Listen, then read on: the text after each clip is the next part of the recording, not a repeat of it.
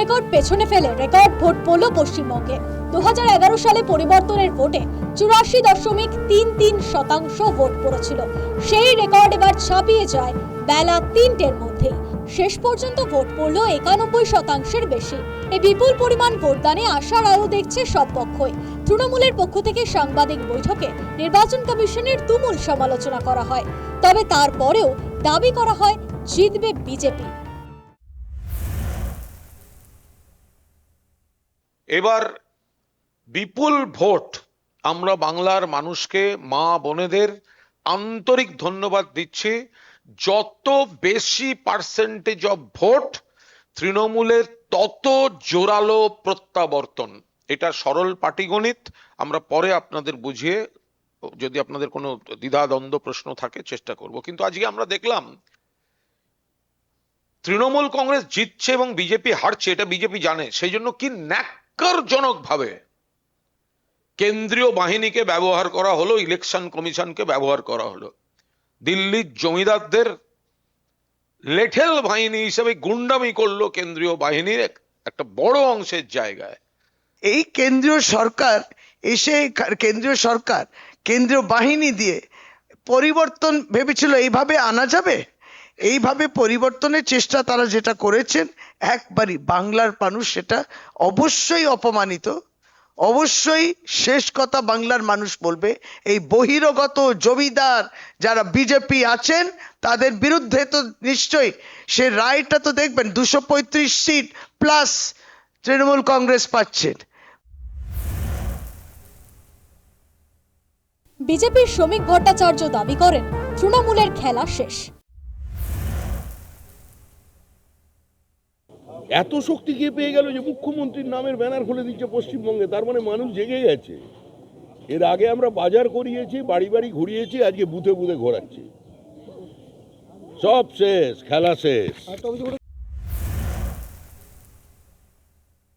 এরপর সন্ধ্যেতেই আসতে থাকে বুথ ফেরত সমীক্ষার রিপোর্ট। তাতে দেখা যায় বেশিরভাগ সমীক্ষাতেই বিজেপিকে এগিয়ে রাখা হয়েছে।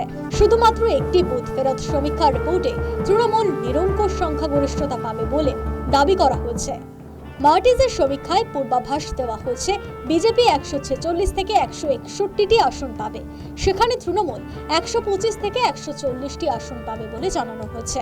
মার্টিজের সমীক্ষা অনুযায়ী বিজেপি পেতে পারে 43% ভোট, তৃণমূল পেতে পারে 41% ভোট। চাণক্যর বুথ ফেরত সমীক্ষার রিপোর্টে পূর্বাভাস দেওয়া হয়েছে বিজেপি 150টি থেকে 160টি আসন পেতে পারে, তৃণমূল পেতে পারে 130টি থেকে 140টি আসন। চাণক্যর সমীক্ষা অনুযায়ী বিজেপি ভোট পেতে পারে 43 থেকে 45% ভোট, তৃণমূল পেতে পারে 40 থেকে 43% ভোট। তবে পিপলস পালসের সমীক্ষায় এগিয়ে রাখা হয়েছে তৃণমূলকে। দাবি করা হয়েছে বিজেপি 95 থেকে 110টি আসন পাবে, অন্যদিকে তৃণমূল 177 থেকে 187টি আসন পেয়ে ফের ক্ষমতায় ফিরবে। পোল ডায়েরির সমীক্ষায় আবার বিজেপিকেই এগিয়ে রাখা হয়েছে। বিজেপি 142 থেকে 171টি আসন পেতে পারে বলে পূর্বাভাস দেওয়া হয়েছে। তৃণমূল 99 থেকে 127টি আসন পাবে বলে পূর্বাভাস দেওয়া হয়েছে। পোল ডায়েরির সমীক্ষা অনুযায়ী বিজেপি 46% ভোট পাবে, তৃণমূলের ঝুলিতে যাবে 40% ভোট।